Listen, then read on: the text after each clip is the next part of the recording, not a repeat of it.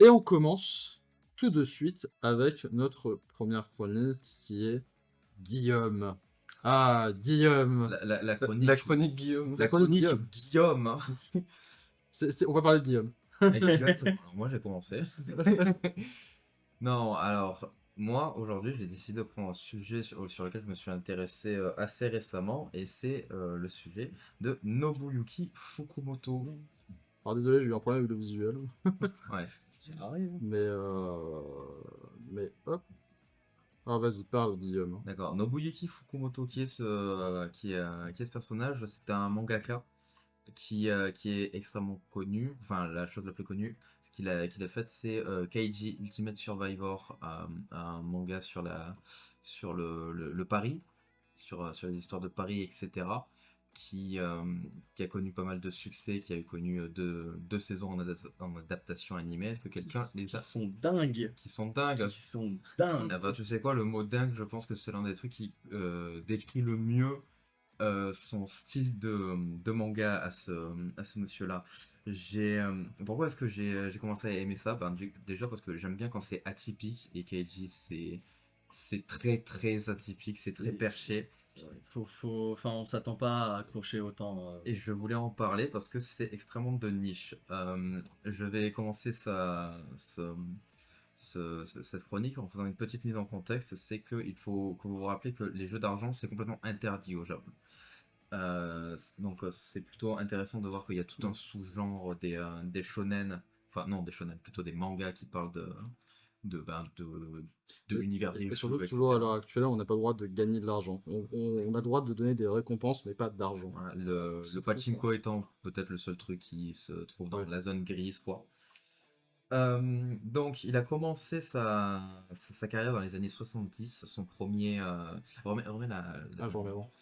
dans les années 70, j'ai mis du coup une image d'un manga, enfin plutôt d'une publication de magazine shonen de cette époque-là. Son premier one shot, ça a été en 77.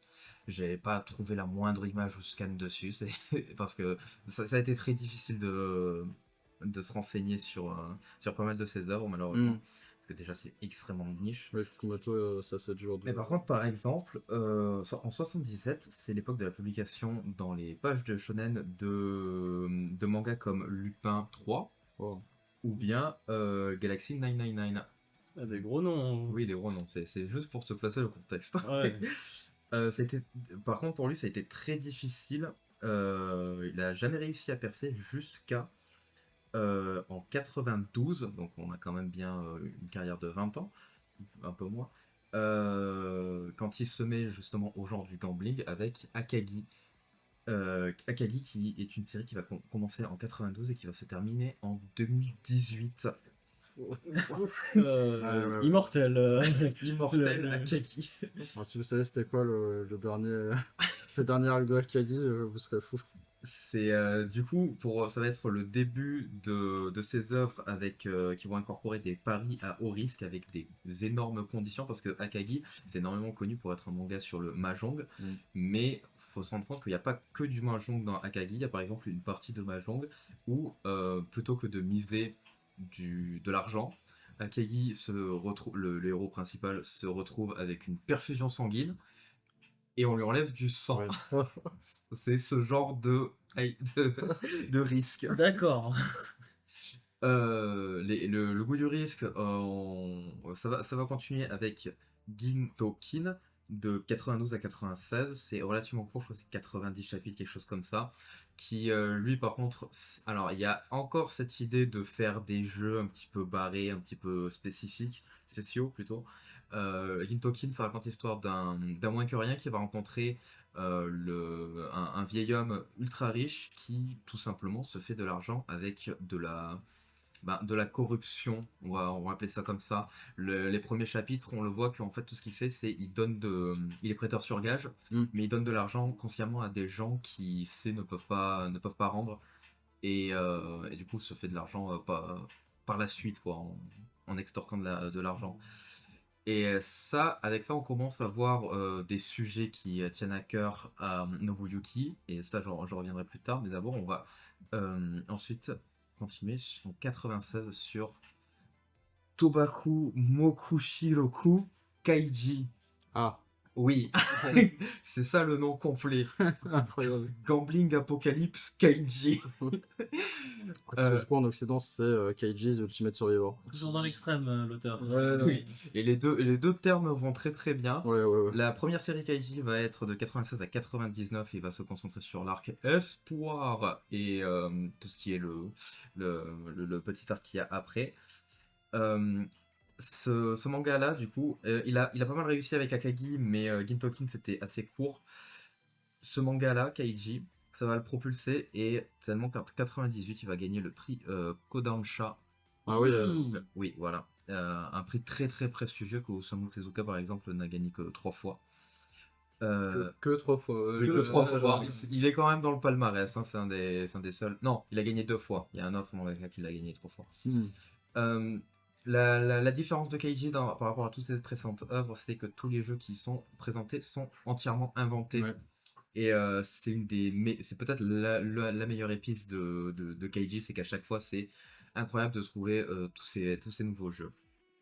Ensuite, ça va être en 99, donc dans la même année où il va finir la première série Keiji, Rude 39. J'ai failli mal lire le titre, mais oui, c'est Rude 39. Ah oui, d'accord. Oui, Rude 39. En plus, l'image. C'est tout simplement l'histoire d'un accro pachinko qui rencontre une jeune fille qui se trouve être fan de lui parce qu'il semble qu'il est très très bon au pachinko. C'est assez court. C'est un pro player. C'est assez court, la publication a duré que 1 an. Et malheureusement, je l'ai pas lu. Mais ça a l'air assez sympathique et surtout assez différent parce que le personnage de la petite fille, genre qui est très Genki Girl, toujours contente, c'est un personnage qu'on voit très très rarement dans ses œuvres. Ensuite, dans la même année, il va faire Oshifuru Yoruni. Alors lui non plus je l'ai pas lu, il est très très court, ça raconte la relation entre une relation difficile entre un fils et son père. Je peux pas trop en parler malheureusement, mais on est vraiment aussi dans du drame réel. D'ailleurs, je pense que à ce niveau-là, on est à 99. Vous remarquez que Nobuyuki, c'est pas trop son truc la fantasy. On est vraiment dans du seinen genre qui est dans le réel, qui est extrêmement dans le réel, et c'est l'une des plus grandes forces de ce manga. C'est Marqué par son époque aussi. marqué par son époque et tout est beaucoup trop réel dans Kaiji. 99 du coup. En 2000, enfin, je vais d'abord commencer. En 2001, il va faire Buraiden Gai. Du coup, ça c'est le truc qui Thomas a été intéressé. Et j'ai légèrement commencé à le lire, j'ai pas eu le temps. Parce que Keiji, c'est 300 chapitres, vous comprendrez. C'est un des rares, c'est peut-être le seul manga qui se trouve dans la catégorie shonen, fait par ce mec-là. L'histoire, c'est un orphelin qui est accusé du meurtre d'un doyen d'une puissante famille. Ça fait expédier dans un institut underground, un institut que personne ne connaît, qui n'est pas montré par la loi, qui s'appelle l'Institut de l'Homme. Et il va se passer des choses terribles là-bas. C'est un peu Rainbow. Oui, Sauf que dans Rainbow, sauf que c'est que la prison. Après, faut pas oublier que dans Rainbow, faut savoir que c'est des jeunes garçons, hein, c'est pas des adultes. Oui, c'est pas des adultes. On l'oublie souvent. Ouais, et du coup, il va devoir essayer de se sortir de cette situation. Du coup, en 2001. En 2000, il a commencé la publication de la deuxième série de Keiji. Et le pachinko revient. Et le pachinko revient avec cette machine pachinko infernale qui se transforme en démon au bout de 4 épisodes. Et qui, du coup, fait le sujet de la deuxième saison de Keiji. Qu'est-ce qu'il y a à dire? Ce n'est que le temps de publication a duré 4 ans. Et cette machine de 2000 à 2004, oui, cette machine de l'enfer. T'imagines que si toi tu suivais le manga semaine par semaine, ça devait être horrible. Ça devait être horrible. Ouais. Et là, on entre dans de la publication où ça va être énormément concentré sur Keiji, mis à part une exclusivité. De 2004, donc pile à la fin de la deuxième série Keiji, on enchaîne direct. C'est la troisième série Keiji que j'ai fini, que je me suis assez régalé, même si c'était sur du mahjong et que je ne comprends rien, mais pour vous dire, le style de narration de l'auteur est tellement basé sur entreprenante et basée sur de la métaphore qu'elle soit narrative ou bien visuelle, que du coup ça rend engageant les conflits, quoi. Les parties de Mahjong. Oui, voilà, la partie de Mahjong alors que tu comprends pas. Sans parler du fait que aussi la majeure partie du temps, l'autre partie est en train de tricher, du coup c'est pas simplement genre n'importe qui est capable de comprendre comment est-ce qu'on peut tricher. De 2004 à 2008, du coup un cycle de 4 ans comme la deuxième partie. Ensuite, en 2003, donc pendant qu'il faisait la partie 2 de Keiji, il a commencé Strongest Man Kurosawa. Et lui, j'aurais beaucoup de choses à dire dessus parce qu'il est dur. Et je pense que c'est une de ses œuvres qui parle le plus de ce qui l'intéresse lui. Et puis ensuite, du coup, la partie 3 de Kaiji s'est terminée en 2008. Ensuite, on enchaîne sur la partie 4 de Kaiji de 2009 à 2013 qui s'appelle Kazuya. Ah bah, oui, ça c'était l'image, c'était Strongest Man Kurosawa qui fait un petit caméo dans l'opening de la saison 2 de Kaiji. Du coup, la quatrième partie s'appelle Kazuya N qui est, Kazuya. oui, qui est assez petite, elle fait 90 chapitres. Elle s'est étendue de 2009 à 2013 et je vous le dis tout de suite, elle est entièrement faite pour préparer l'arc prochain, pour préparer l'antagoniste de l'an prochain qui s'appelle Kazuya. Et du coup, l'arc prochain qui a été publié de 2013 à 2017, qui est la 5e partie de Kaiji, One Poker N, que je suis en train de lire, que je suis en train de me régaler. Ça se base sur une partie de poker, mais avec une seule carte chacun. Enfin, non, t'as 2 cartes. En vrai, t'as 2 cartes, mais tu choisis que tu n'en mets qu'une seule, comme si c'était de la bataille, quoi. D'accord. Et c'est uniquement basé sur le main game, et c'est aussi la première partie de Keiji où il n'y a pas de triche. Ouais, Donc ok. c'est entièrement du main game, et je commence, et c'est déjà incroyable. Et Ça fait partie, je crois, je pense que c'est l'arc préféré de beaucoup de gens. oui, beaucoup beaucoup de gens. Mais communauté. après, il faut dire que c'est pendant longtemps, ça a été donc de 2013 à 2017, et du coup, l'arc récent en cours, il est encore très très récent. Ouais, Enfin, par rapport à ce qu'on peut dire pour un arc Oui, il est de récent. Kaiji, il est encore récent. Moi, De 2017 à maintenant. Moi, je plains les gens qui suivaient ça par semaine. C'était encore Mais pire oui. à Kagi. Ah oui, non, mais Akagi, enfin, je veux même pas savoir le nombre de scans. Du coup, de 2017 à maintenant, qui se passe juste après One Poker N, je vais pas trop en parler parce que je ne suis pas encore. Donc, on va commencer à parler du style de l'artiste. Je pense que vous avez remarqué que n'importe qui a regardé son téléphone ou son écran. Il a un gros nez, hein. Heureusement, On est que j'ai. Sympa. Ça, c'est un des premiers scans. Moi, je trouve qu'il dessine mal. Hein. Alors, franchement, dire qu'il dessine mal, c'est méchant. C'est l'aspect le plus rebutant. C'est un peu comme les gens qui disent que One Piece c'est moche. Quelque part, je peux pas trop vous en vouloir. Mais le truc, c'est que son style il est efficace. Je m'aurais fait la métaphore avec Code 10, ça aurait été mieux. Oui, avec le style de Clamp. Voilà. Le truc, c'est que son style il est énormément efficace. Il a quand même beaucoup de subtilité. Kaiji, un truc qu'on remarque pas dans Kaiji, c'est que les environnements, eux, sont réalistes. Ouais. Ils sont très simples, ils sont réalistes, alors que les personnages, eux, sont extrêmement cartoon. Mhm. Et ça se voit aussi énormément. Premièrement, le fait qu'il fait des personnages extrêmement cartoon, ça permet de mettre une emphase énorme sur leurs expressions. Ah oui, les expressions. Un personnage qui est en train de péter les plombs dans Kaiji, il a juste plus le même visage Ah oui, que non, la c'est première pas- fois qu'on l'avait vu. Bah, On voit les pleure, déformations. Pour le coup, Il pleure, il a de la rien que mort. les yeux qui sont vibrants, Oui, qui sont vibrants, on qui le ressent. s'écarquillent. Et tout ça, c'est extrêmement. De toute façon, on les voit un petit peu dans les scans, mais Même voilà. l'excitation et tout. Mhm, C'est ouf. Bah, tu le vois là.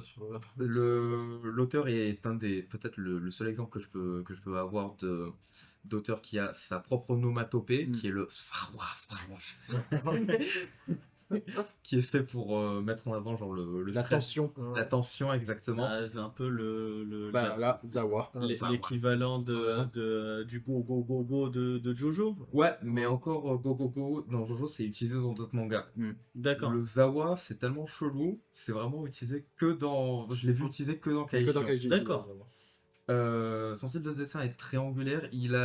Moi qui fais un peu de dessin, tout ça, je peux vous dire, il les dessine de manière, genre, il dessine tout le monde un peu de la même façon. C'est-à-dire que, genre, si vous remarquez, la liaison entre le menton et le cou, ça n'existe pas. C'est toujours un trait. Tu vois. Je pense que c'est pas mal pour sauvegarder du temps au niveau du dessin. Il a son propre style et puis il le fait quoi. Et surtout qu'il arrive à faire des visages qui sont tous assez différents, très Ouais. différents. Donc en fait, ce qu'il y a à retenir sur le style, c'est que c'est simple, oui, mais ça permet de mettre encore plus en avant les exagérations. Aussi, du coup, comme je disais plus tôt, c'est les métaphores visuelles dans Kaiji. Ça foisonne de métaphores visuelles. De toute façon, si vous avez l'habitude des mangas sur les paris ou bien de sport, etc., ça foisonne de ça. Kaiji, c'est n'importe quoi. Je ne rigole pas. Dans Akagi, il y a 10 chapitres, c'est-à-dire l'équivalent d'un tome au complet, qui sont dédiés à une métaphore visuelle d'un mec qui, métaphoriquement, durant une partie de Mahjong, est en enfer et traverse tous les enfers pour revenir dans la game. L'enfer de Dante, du coup. Oui. Je sais plus aussi dans quel arc c'est, je crois que c'est soit dans l'arc poker ou soit dans le Mahjong. Mais t'as aussi plusieurs pages où t'as Kaiji qui fait de la trigonométrie. Je crois que c'est dans l'arc poker, hein. Waouh. Et bizarrement, souvent, quand il s'agit de dessiner des trucs qui sont hors des personnages ou hors des trucs habituels, il peut dessiner. Après, c'est possible qu'il les demande à ses assistants, mais il dessine très très bien. Je me rappelle, vers la fin de l'arc Mahjong, il y en a un mec qui fait une métaphore sur dire comme quoi c'est un tsunami, ce qui vient de se passer. Et le tsunami, du coup, derrière lui, il y a un tsunami, c'est une double page, et c'est juste magnifiquement bien dessiné. On dirait le dessinateur secondaire de One Punch Man, genre le. Ah, oui, d'accord. Oui, Oui, c'est voilà. Murata. Ouais, voilà, on dirait un truc comme ça, c'est Les n'importe cas quoi. de Shield 21. Oui, oui, le dessinateur Bon, principal de Aishin Mater. Donc, alors, et c'est aussi pour ça que la carrière de ce mangaka, ça reste quand même pas mal de niche. Donc, quelque part, je peux pas vous en vouloir, mais n'hésitez pas. Et surtout, les personnages, ils ont tendance à toujours s'exprimer beaucoup par des exclamations, ce qui peut laisser penser qu'il n'y a pas beaucoup de subtilité dans Kaiji. Mais en fait, Kaiji, c'est une œuvre enfin, j'arrête pas de dire Kaiji, mais je devrais dire toutes Ouais. les œuvres de Fukumoto, de Fukumoto-san. Toutes les œuvres de Kaiji, elles ont énormément de Sensei. subtilité. Sensei, ouais. Sensei, elles ont beaucoup de subtilité. Et là, on va passer dans la dernière catégorie, les sujets et les sous-textes que l'on peut parler. Voilà, c'est une de ces citations qui disait que dans ses œuvres, il met en avant le fait que on peut, même dans les pires situations, on peut toujours s'en sortir. Et ça, c'est quelque chose que tous ces personnages ont ressenti à un moment ou à un autre. Lui, c'est quoi son nom déjà? C'est Kurosawa. Kurosawa-san. Kurosawa, c'est un mec de 40 ans qui a un travail dans le BTP, mais un travail vraiment basique dans le BTP, qui est vraiment considéré genre vraiment comme un travail genre un peu comme un CDI à McDo quoi au Japon. Ok, ouais. Et il a 40 ans, il a pas de famille, il a pas de femme, Pas de femme, il pas est d'enfant. célibataire, tout ça. Il est extrêmement awkward socialement. Je sais pas. Ouais, Il est bizarre, quoi. Ouais, il a Il du est- mal socialement, quoi. il est anxieux. Il est anxieux, etc. Et du coup, ça le fait passer un petit peu comme un mec bizarre pour de ses collègues de travail. En fait, le début du manga, c'est quand il décide de devenir populaire. C'est exactement, oui, comme le manga de Ce n'est pas ma faute si je suis populaire, sauf que c'est avec un mec dans la quarantaine, et tout de suite, c'est beaucoup trop réel. Et en fait, comment ça s'appelle, cette sensation de se battre tout le temps contre la société, c'est quelque chose qu'il y a tout le temps dans les œuvres de Fukumoto et qu'on retrouve dans Kaiji. Kaiji, ce n'est pas simplement Du gambling. du gambling, ce n'est pas simplement des jeux de paris et avoir du fric, c'est aussi Kaiji qui est un moins que rien, enfin un moins que rien Qui d'après cherche sa un sens à sa société, vie aussi. Ouais. qui n'a pas de sens à sa vie, qui n'a pas fait d'études, tout ça, tout ce qui peut l'attendre comme Ouais, mais travail. qui cherche à monter l'échelle sociale. Qui cherche tout simplement à monter l'échelle sociale et toutes les choses qui se mettent en travers de sa route, c'est des riches, des puissants qui s'amusent en regardant la populace Et battre. lui-même aussi. Quoi? Et lui-même aussi. Lui-même aussi, mais ça, ce n'est pas quand il se bat. C'est ça le problème. Et ça, Parce qu'il est humain. ça, pour le coup, c'est assez unique à Kaiji, dans le sens où le plus gros problème de Kaiji, c'est lui-même. Man versus man. Oui, c'est lui-même. Et Kaiji, il se sent vraiment. C'est vraiment quelqu'un de bien. C'est ça le plus tragique dans Kaiji, c'est vraiment quelqu'un de bien uniquement quand il est face à un adversaire. Alors que quand il est seul chez lui, ben c'est. Pauvre Ouais. otage. Alors que Kurosawa, lui, par contre, c'est quelqu'un qui aimerait être quelqu'un de bien, sauf il est juste trop bizarre socialement, il a beaucoup trop de mal, et il y a vraiment des passages dans Kurosawa, c'est difficile à lire. Ouais, c'est genre, tu t'arraches la peau un peu avec tes ongles comme ça. T'es en train de cringe, quoi, c'est la gêne. Hmm. Mais le truc, c'est que c'est aussi, mais ses intentions sont tellement pures à Kurosawa que tu ne peux que penser à lui. Et du coup, c'est vraiment le, beaucoup des Oui, histoires t'as de, beaucoup d'empathie. voilà, toutes les histoires de Fukumoto tournent autour de ça. Il faut pas oublier ça. Il faut juste pas oublier ça. Donc voilà, Fukumoto, je pense que je vais conclure là-dessus. Fukumoto, c'est un auteur qui est pas mal j'ai pas envie de dire de niche, mais qu'on oublie un peu toutes ses œuvres hormis Kaiji. Mm. N'hésitez pas à lire Kurosawa, c'est vraiment très très fort.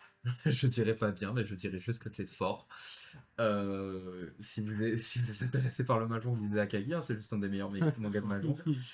Et, euh, et voilà, ça. Je, je conclurai en disant que lisez du Fukumoto. Bah merci Guillaume. Bah en tout cas, moi, je vais recommencer à lire du coup. J'étais pas intéressé, enfin j'avais lu Akagi et j'avais arrêté à l'art poker de Kaiji il y a un moment. Mais ça m'a toujours intéressé. Donc Moi, ça m'a- je vais continuer Kaiji. Ouais. Ça m'a bien. L'anime est très bon de Kaiji. Oui, oui, oui. Donc, Moi, n'hésitez pas à le regarder. j'ai suivi que en anime. Bah, du moi, coup, je m'étais arrêté sur je le. déteste la machine. On à avait machine. regardé, c'était sur le bateau. Ah oui, c'est tout début. C'est tout le début, et rien que ça, c'était. Ah ouais, non, mais c'était vraiment c'est super vraiment- bien. c'est- Mais des fois, Kaiji, t'es en apnée. Ah ouais, Ouais, non, non, ouais, le- ouais. C'est beaucoup trop violent sur tes sens. Et je trouve que l'anime il rend bien hommage. Oui, c'est vraiment très dommage qu'il n'y a pas eu de suite à. Ouais. pour le coup. On espère. Hein. À ce moment, il y a un peu tout qui revient ou qui meurt. Donc, Ouais, non, mais donc on verra. on verra. On verra. Bah, merci Guillaume pour la chronique, c'était très bien. Merci, Guillaume. J'adore Fukumoto. Pas trop là. Et on va tout de suite.